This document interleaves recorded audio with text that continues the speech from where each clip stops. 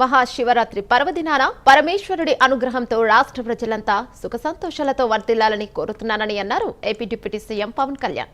శ్రీశైల జ్యోతిర్లింగ క్షేత్రం, శ్రీకాళహస్తి వాయులింగ క్షేత్రంతో పాటు పంచరామ క్షేత్రాలలో అలరారుతున్న పుణ్యభూమి మనది అని ఎక్స్ వేదికగా చెప్పుకొచ్చారు. కూటమి ప్రభుత్వం అధికారం చేపట్టిన నాటి నుంచి ప్రతి క్షేత్ర పవిత్రతను కాపాడుతున్నట్లు తెలిపారు.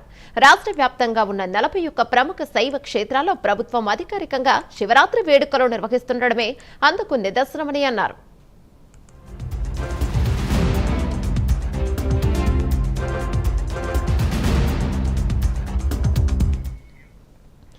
ఈ శివరాత్రికి 2 రోజుల ముందు శ్రీకాళహస్తి గిరి ప్రదక్షిణ మార్గంలో నూతన సిమెంట్ రోడ్డు నిర్మించి ప్రారంభించామన్నారు. కోటప్పకొండ భక్తుల గిరి ప్రదక్షిణ మార్గంలో రోడ్డు నిర్మాణానికి అనుమతులు మంజూరు చేశామని తెలిపారు.